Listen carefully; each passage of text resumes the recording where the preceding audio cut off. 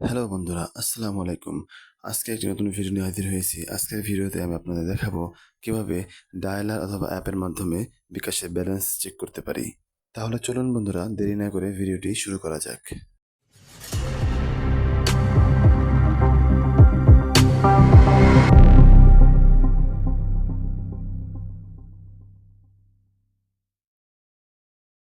তাহলে প্রথমে আমরা মোবাইলে ডায়ালারে প্রবেশ করব। প্রবেশ করার পরে আমরা *247# লিখে সেন্ড করব। সেন্ড করার পরে অনেকগুলো অপশন শো করবে এবং এখান থেকে আমরা ৯ নম্বর অপশনটি মাই বিকাশ সিলেক্ট করব।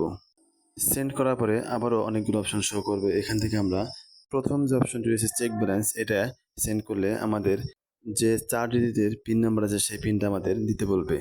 পিনটা দেওয়া হয়ে গেলে আবার যদি সেন্ড করি তাহলে আমাদের ব্যালেন্সটা শো করবে। দেখুন বন্ধুরা, আমার ফোনে যে ব্যালেন্সটা আছে সেই ব্যালেন্সটা আমরা এখন দেখতে পাচ্ছি।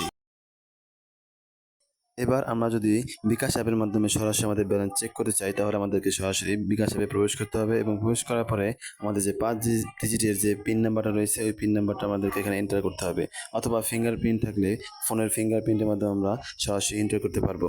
এবার আমরা নিচে যে রেড কালারের পরবর্তী বাটন রয়েছে এটাকে আমরা প্রেস করলেই সরাসরি আমরা আমাদের বিকাশ অ্যাপের ভিতরে প্রবেশ করব। এবার উপরে একটা সাদা বার রয়েছে, ওই বারে লেখা আছে ব্যালেন্স চেক। ওইখানে একবার ক্লিক করলেই আমাদের যে ব্যালেন্সটা আছে ওই ব্যালেন্সটা এখানে শো করবে।